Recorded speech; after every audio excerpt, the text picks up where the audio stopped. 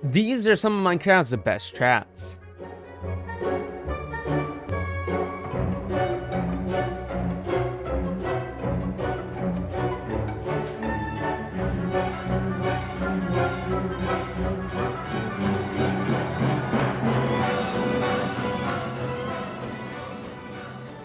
And they will allow you to kill people in full enchanted netherite. Yes, you can kill people with the most enchanted netherites and with totems, which is insanely OP. You can kill your friends and enemies, but how do we do it? Well, first of all, there's 3 different types of traps showcased in these videos, and each of them have their own unique way of killing someone that allows them no escape and no possible way of getting out of the trap. So, how do you actually do these? First, the element of surprise. Yes, you have to keep this hidden from them and to make sure that they don't notice it at all costs.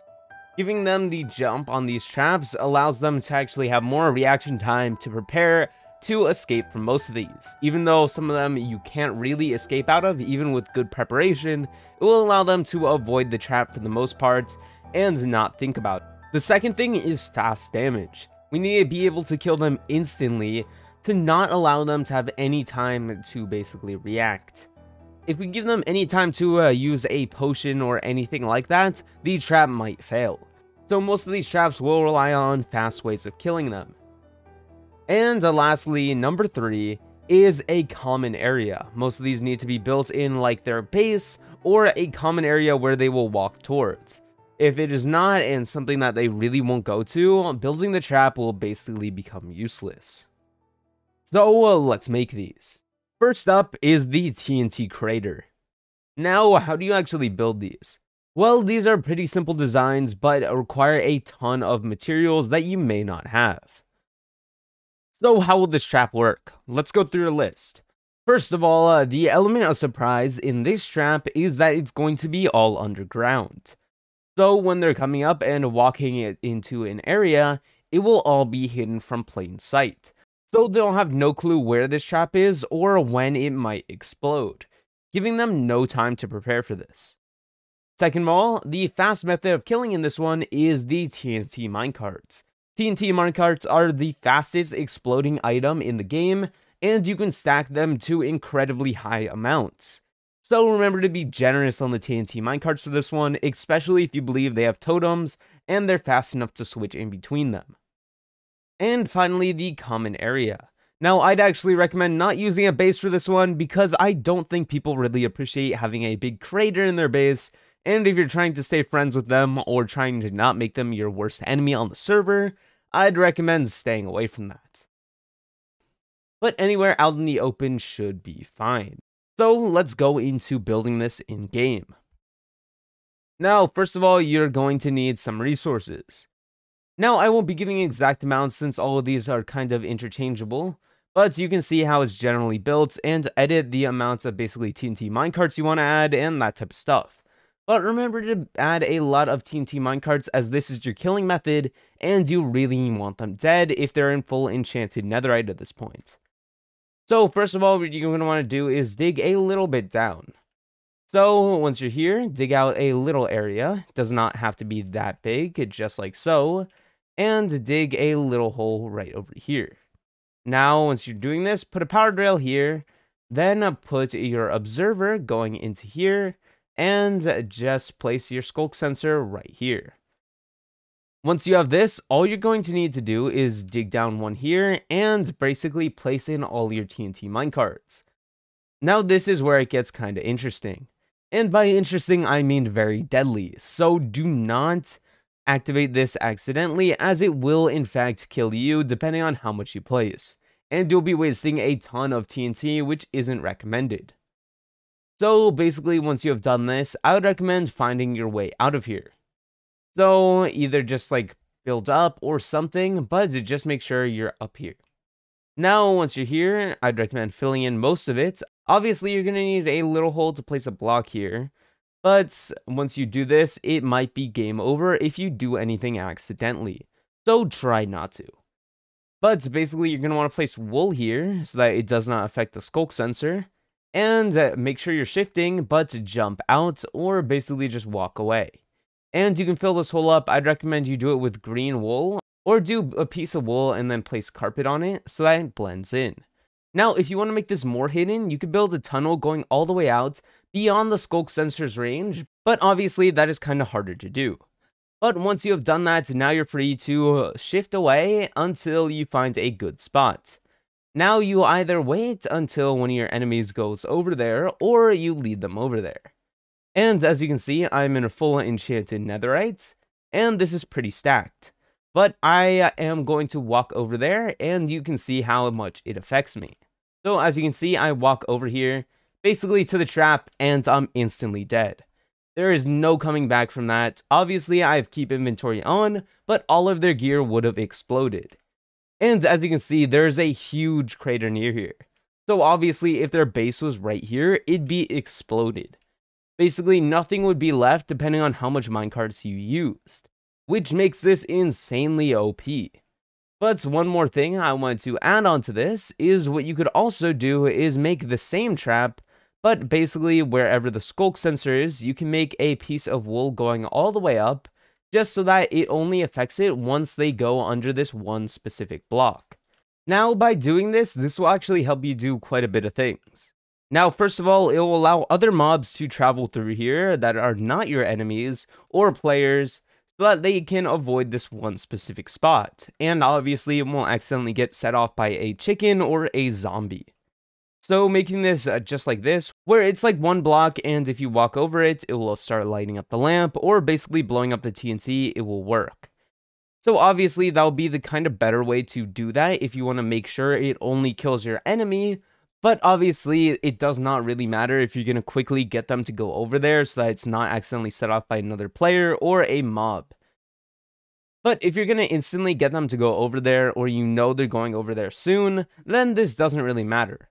But if you're trying to play the long game and wait until they accidentally set it off, then it could be really easy to just have one block that they walk on and it activates. Next up is the void trap. Let's go through the list once again. First of all, the element of surprise. Now, most of the time, this is going to be built inside their base or a common area that they'll go in, but it has to be mainly built inside of a building.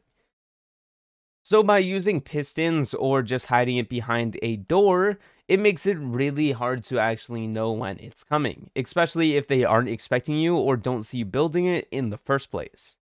Second of all, the fast method of killing is the void. Now, you could also interchangeably change this with fall damage, but if they have a totem, that makes it kind of useless. So if they have a totem on them at all, I wouldn't recommend doing fall damage.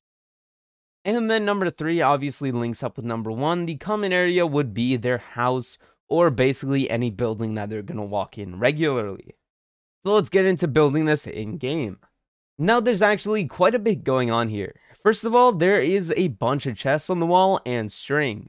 Now, the chests on the wall actually prevent you from clicking on the wall so that you can't really easily place down water, or just basically use any items without shifting. So as you can see, if I hit click on the wall, I'll basically hit a chest.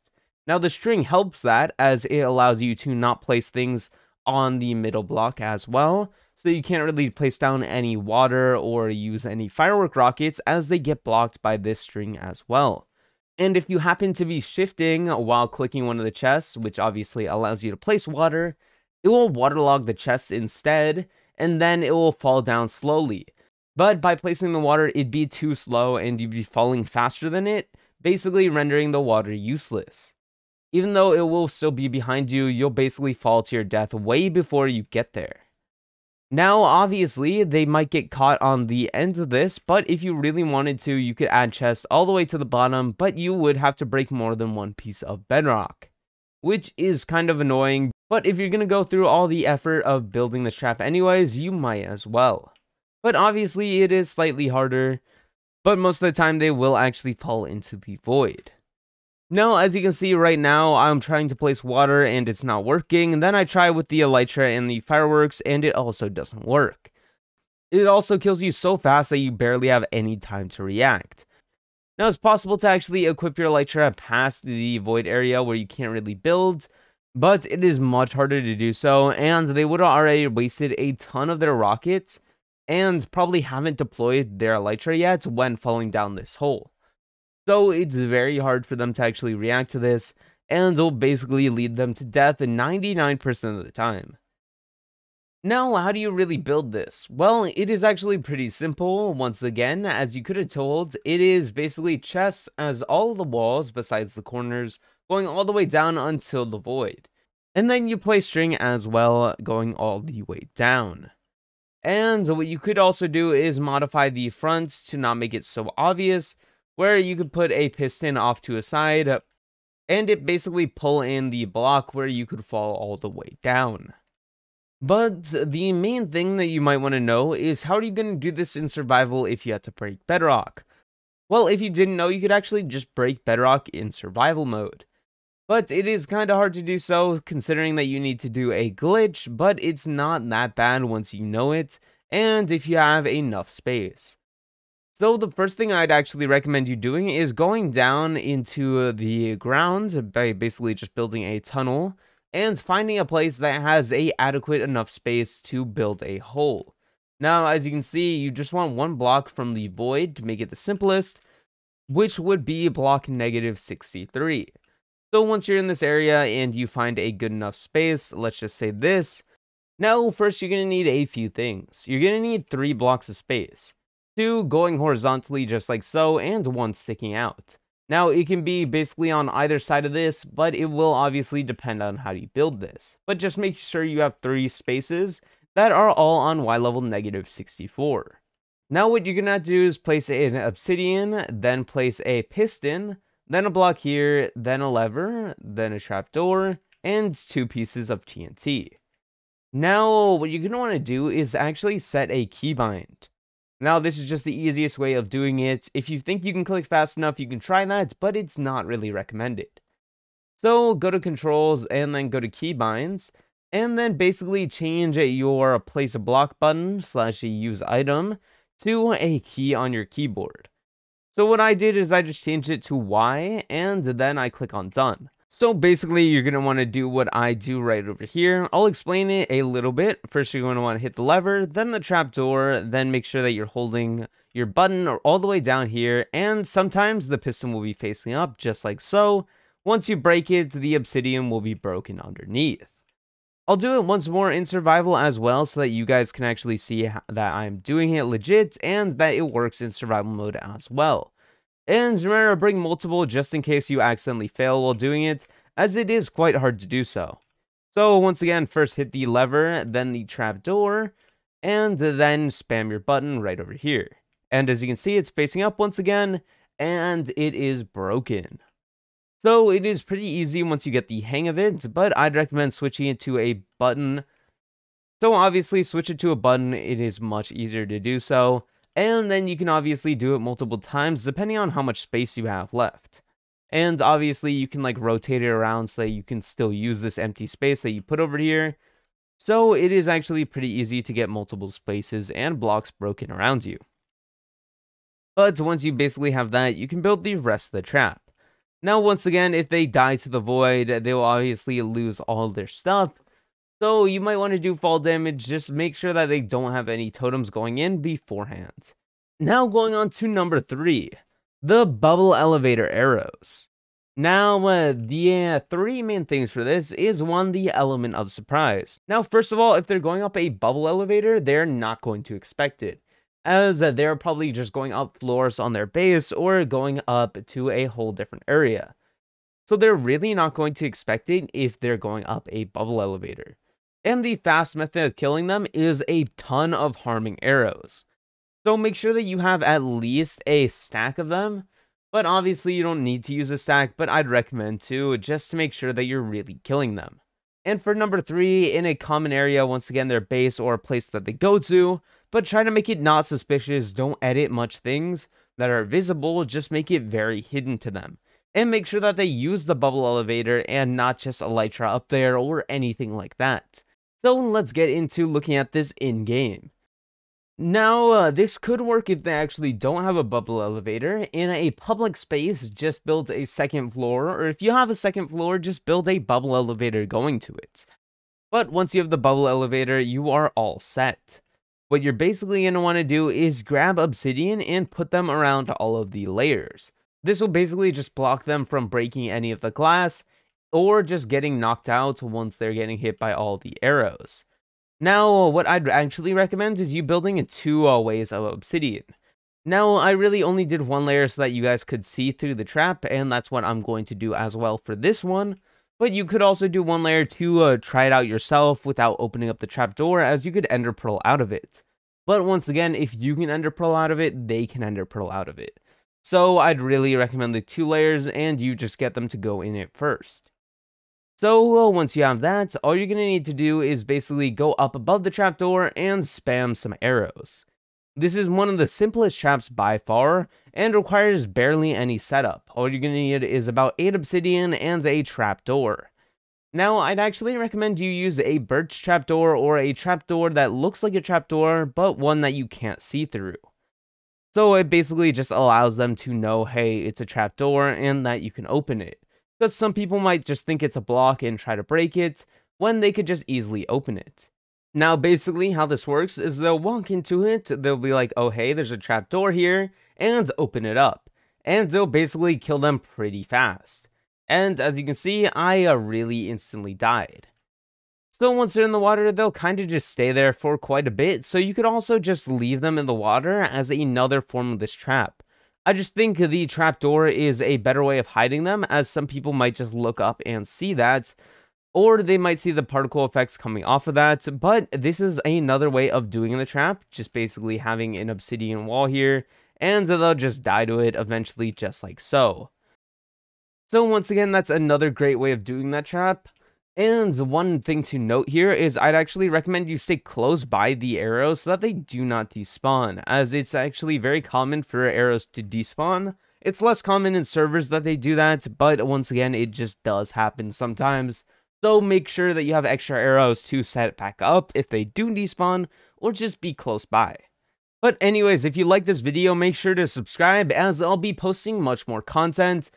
Now, I'm going to try to be posting once a week, but making better videos. So, obviously, I might be posting more than once a week if the mob vote drops and just a bunch of Minecraft news happens. But making normal videos, I'll try to make them better edited and just basically better content for you guys. And I really do hope you guys enjoyed this type of video, as I did enjoy making it. Anyways, thank you guys for watching, and I'll see you guys next time.